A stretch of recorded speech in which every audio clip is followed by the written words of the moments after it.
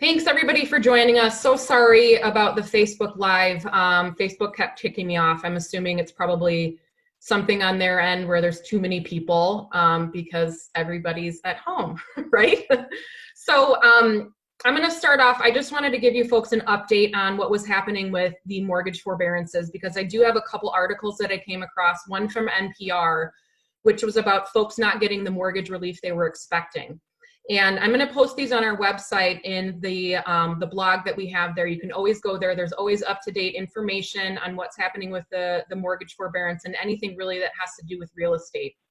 So the first one is just talking about how folks are not getting what they expected when they're calling their banks, mainly being that if they issue them a forbearance for 3 months, they won't have to make their payment. But then what the bank is expecting at the 4th month is that all of that money at once, so being paid in one lump sum. So for example, if you have a $2,000 mortgage, you don't pay those 3 months, that's $6,000, and then come that 4th month when you need to pay again, they're expecting $8,000.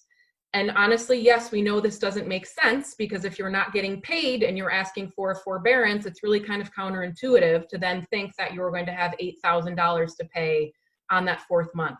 So the best advice I can give you is please call your bank. I know the lines or the wait times are extremely long. We've heard a lot of feedback from that folks aren't able to get through.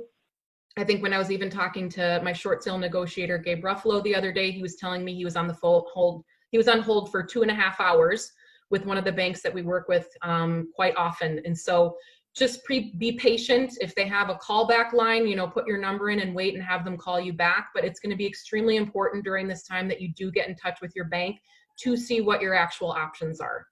The other one was about the loan servicer, Mr. Cooper.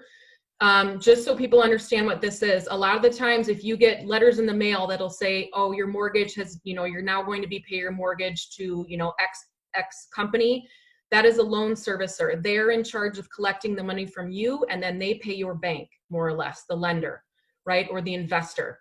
And so what's happening from that is they're kind of getting squeezed in this because the folks are getting forbearances, but then they're not necessarily getting forbearances from the lenders. And so they're losing out on who they owe. And so again, if that's the case for you, please make sure that you're calling in to your bank. Again, I know the wait times are really long, but that's the only way for you to understand exactly what it is you're going to be able to do during this time of uncertainty. And so thanks for that. Letting me update you on that. Just for those folks that don't know who Property House is and who I am, we are a family-run business here in the Twin Cities. We help folks out that are in sticky real estate situations, more or less those folks that are looking to sell their homes quickly. For cash or for terms, we really, a lot of the times, present 3 offers to folks and let them choose which one works best for them. And it's really about us providing a solution for you that's going to work for you. So a lot of times, basically what we focus on is pre-foreclosures and probates. We specialize in those. But we also, help folks out in divorce situations, vacancies, too many repairs. If you just need to, inherit a home, whatever it is, we're here. Contact us. You can go on our website, www.propertyhousepartners.com. House is spelled H-A-U-S. You can always send us a message on Facebook as well. So I am here with Rachel Schneider. She is my coach and mentor of REI Blueprint. I've known Rachel for going on almost 2 years, and I wanted to give you folks too the benefits of what I've had with her over the last couple of years. I know it'll be a short time, but expose you to some of the things that she's really taught me when it comes to running a business and running it with, a business partner, mine being my husband, but also just making sure that you have time for your family and for your business, and both of them, get the attention that they deserve, all in, 20 hours a week or less. Yeah. And yeah, so Rachel, for those, folks that don't know you, if you don't mind just maybe introducing yourself and kind of telling your story a little bit, and then we'll get into the nitty gritty. Yeah, absolutely.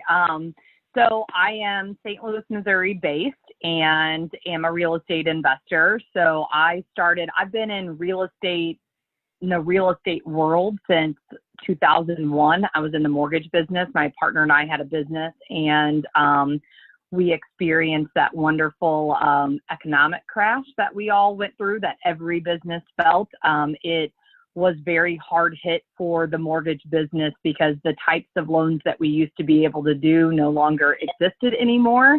And that then transitioned us into trying to help, the people that we had served for so many years into kind of doing loan modifications with them. And very similar to what we're seeing today with the COVID-19 virus and these mortgage forbearances and all these things being offered to people, that was the solution that was passed out then for people who had financial hardships or really any type of hardship.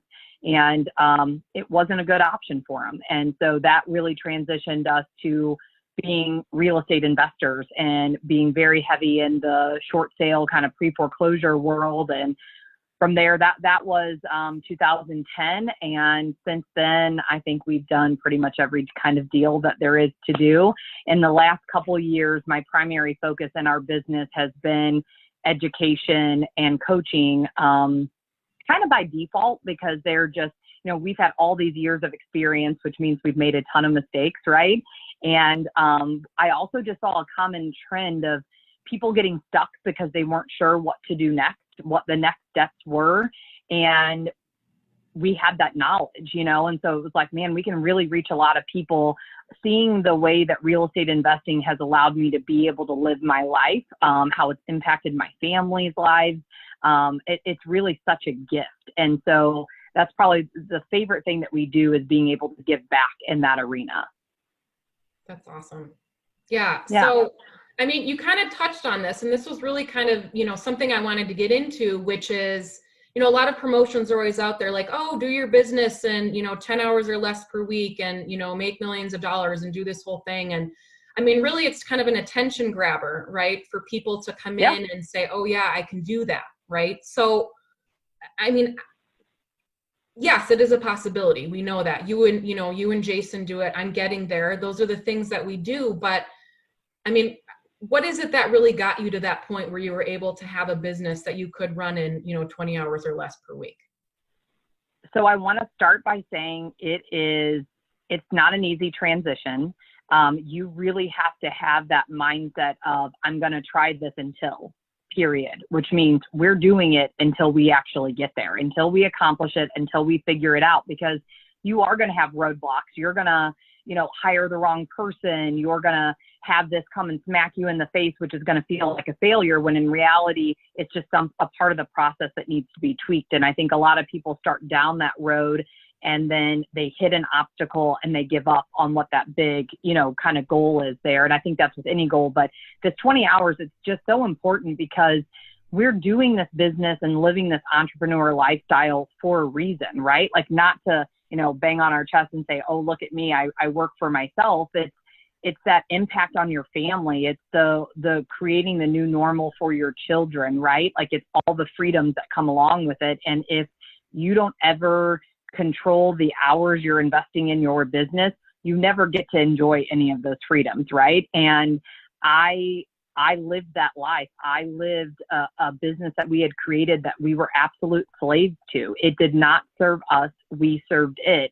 I worked from, 6 o'clock in the morning till 10 o'clock at night most times. And at the time I would have told you, I love this. It's amazing. It's serving a purpose. And I'm doing all of this so in 10 years from now or 15 years from now, I can retire and be done and sit back and chill. And the reality is 10 years isn't promised to any of us. Tomorrow isn't promised to any of us. And I want to work hard for a certain amount of time and enjoy what I just worked hard for, right? Like, in the moment. I don't want to wait until my kids are 20 years old to create memories with them and go on vacation. I want to do it right now and have it be a part of our lifestyle, something that they just expect because that's our normal,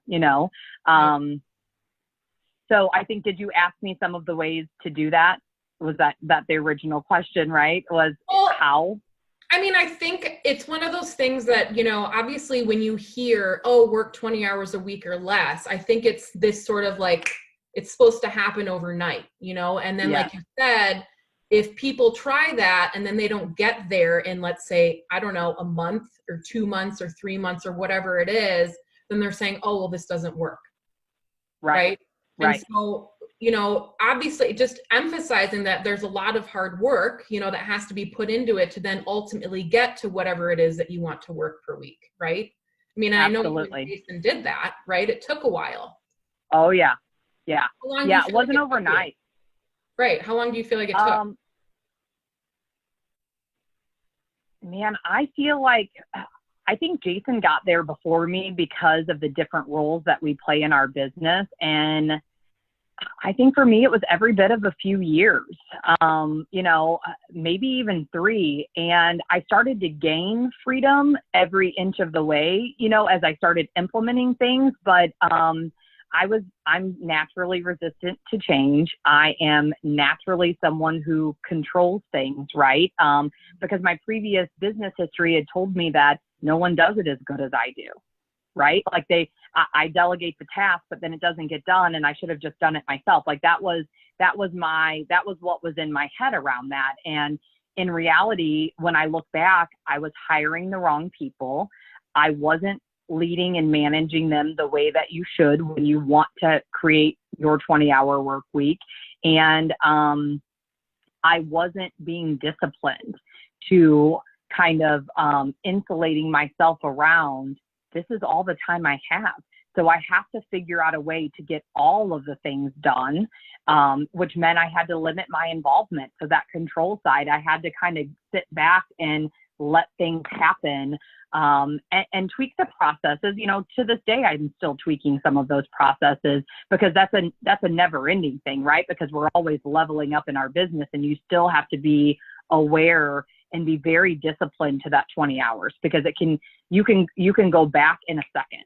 If you don't keep it in the forefront, you can easily do that. So I think that's important to always stay in check on. That's something that I have to constantly find workarounds for, especially now in the current situation where we're locked at home, right? Right. Yeah. I mean, with that, even now, like during COVID, right? Or even after, right? So now obviously things kind of changed overnight. We had to all make sacrifices and pivot our businesses some because again, there's only so much that we can do when we are on lockdown, right? But we still need to let folks know that, that we're there to help.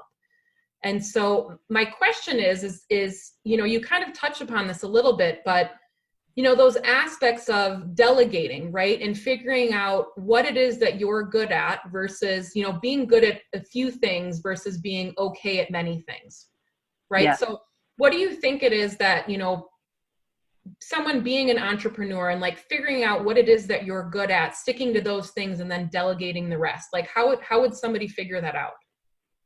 I think the first step in this process is to break down your business. And this is something that I still to this day do every year because as our businesses level up, things change, right? And I don't ever want to be blindly leading anything. And so a business breakdown is every single task that currently or potentially in the near future is going to have to be done needs to be documented. It needs to be outlined, all of the things. And then I think you really have to sit back and do a lot of self-evaluation and say, like, what are my natural strengths? And I kind of refer to this as like your unique genius. We all have these certain things that we are just absolute rock stars at. And we generally love doing things we're really good at, and identifying what those things are. Those are the tasks that we assign to ourselves. And there are a few exceptions to that because sometimes in your business, there may be things that you don't love to do or that you don't feel is a strength of yours that you need to go out and get yourself a mentor, a coach, some education around because they're crucial part of your business that cannot be just easily handed off or easily delegated out to someone. They eventually can be once you raise someone up into that position and you train them and they learn it. But it's not something that can just be handed over just because you don't like it, right? Like that is sometimes just part of being an entrepreneur that you do some of those things. These are going to be those high dollar per hour tasks though, that still need to stay with you. Everything else gets delegated out.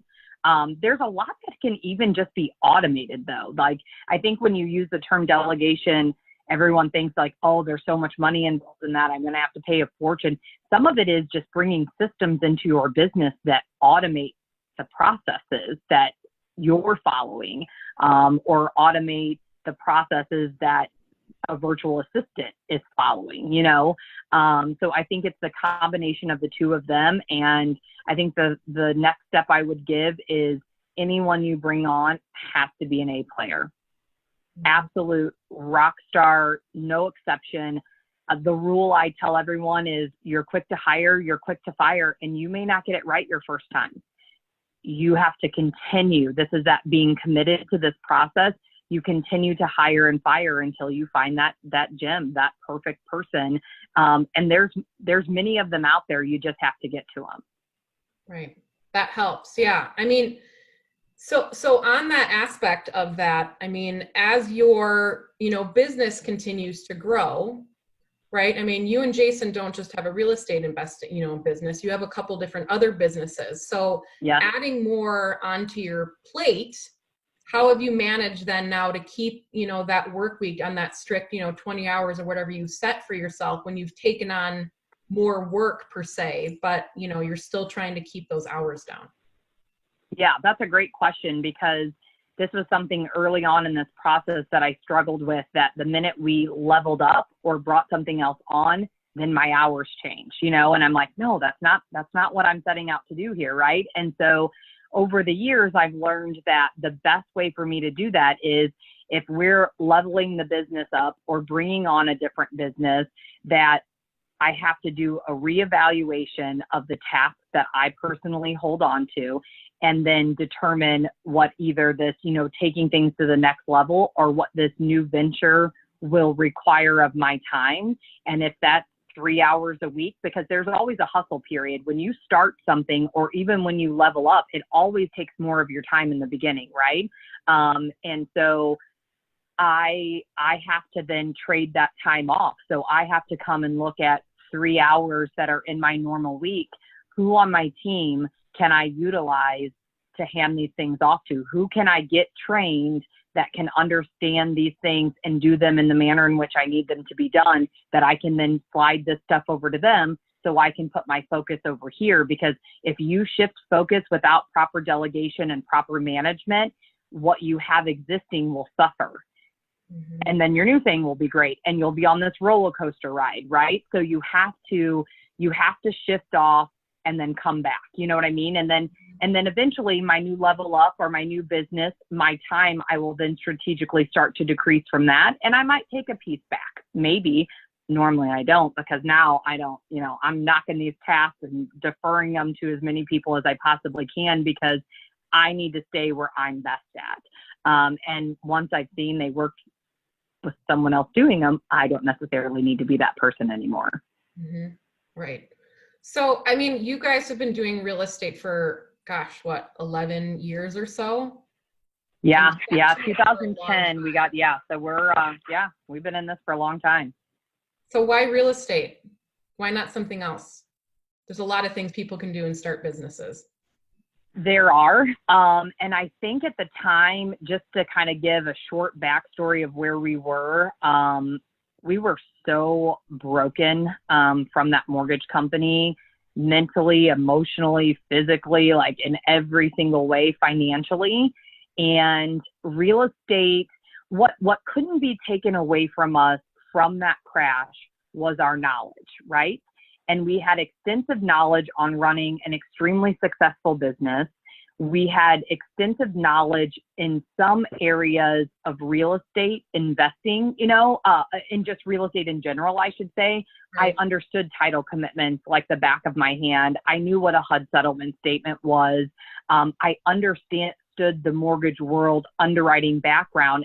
And I thought, how can we morph this into something else? And another thing, we had built up this huge clientele of people that we did mortgages for over and over and over again. And these were then the people that were in need of avoiding foreclosure when everything crashed. And so for us, real estate investing was just that one thing that made the most sense, because we could still take our knowledge. We could even take some of those clients that we had and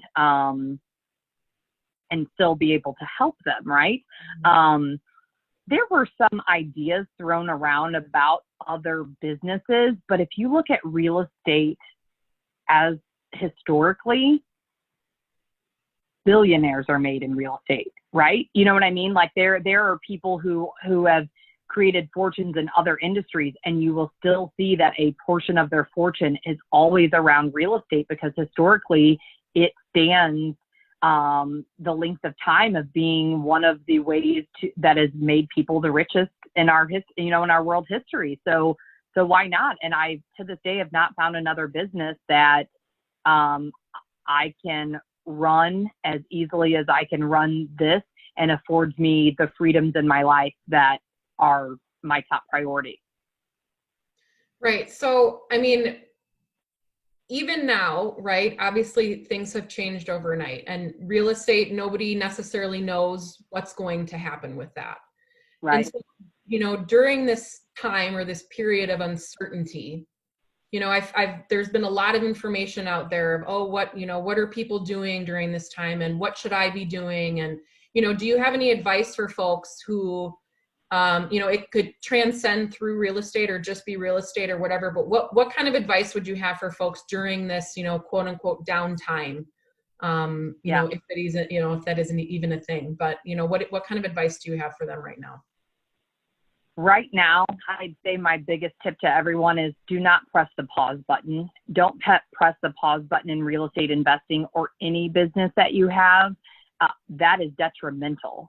And what we need to be doing is really taking a deep dive into our businesses, determining where we have holes, some of you may not even be running it like a business. And if you aren't, then this is the change, right? That's the assignment that you leave here with, of actually setting this up like a business and running it in that manner and putting the things in place that you need to put in place, because everything is uncertain right now. And it's easy to let fear, because that plays hand in hand with uncertainty, creep into our minds. You need to protect your mindset. And I'm not saying that you shouldn't educate yourself by reading articles, but there needs to be a stopping point for that. And you need to become a massive action taker during this time, and finding the workaround and pivoting in your business, because what was working isn't working right now, but there are still things that are working. Like there is such an opportunity here. And I don't use the word opportunity as let's take advantage of people. It's an opportunity to guide people and help them, because if you've not experienced a huge market shift and an economy struggle and been an entrepreneur, people need guidance more than they've ever needed it before. And there is a lot of the public solutions that are being given generally are not the solution for the majority. And so there's going to need to be a workaround. We need to be changing our messaging. We need to be doing virtual homeowner appointments, because those same homeowners, they still, if not more now, need to unload these assets that they were going to rehab, that they were going to rent. Who wants to rent a house right now? You know what I mean? And so I think so many people think, well, since we can't get inside the house, what would we do? Virtual homeowner appointment. That's what you need to do. A lot of my business is live events. I can't do live events. I've done 2 events in the last, I did them for 5 days straight, and I don't suggest anybody do that. But in the last week, I've done 2 events, and they were absolutely incredible, and so we have to pivot. It's never I can't do this. How can I do it? You need to be figuring out how you can make it happen. Right. Yeah. Even with us, we still have folks calling us, and now it's sort of a like, hey, we talked to you 4 months ago and we weren't necessarily ready to do anything, but now we don't know what to do. Can you help? Yep. And so that's, I wanted to have you on just because you really guided me, as we've gone through these last few weeks and had, ideas and bounce things off of each other to come up with, better ways to be able to help folks to still get information out. That's why we've tried to, we've been doing these Facebook Lives, is because there's so much to talk about right now. And there's so many different things that we can do to help people. And I'm just happy that, we could get your guidance out there to, to some folks too, which has really helped me along the way. And then hopefully, other folks that are sitting in this position right now who are entrepreneurs, whether it's in real estate or some other industry, like you said, it's extremely important not to hit the pause button, because now is the time that people need us most. And so we need to get out there and show folks and provide the content and provide the value for them, show them that we are here to help in whatever way that we can. And so, absolutely. yeah. And so I do want to thank you. I think, hearing all this today too, just solidifies why you're my coach. And so thank you. Yeah, no, like I said, I appreciate it. And like I said, I hope for you folks out there that are watching, I hope that this was something that, if you've fallen off a path, that you can get back on, because there's still plenty of time. There's Absolutely. still, folks out there that need the help, and you just have to take your business apart. Like Rachel said, build it back together, figure out what it is that you're really good at, delegate some of those other things, and go out there and help people the best way that you can. Yeah. So thanks, Rachel. I appreciate Absolutely. it. Thank you, Jen. Yes. Any last nugget of advice so we can give to folks who are watching?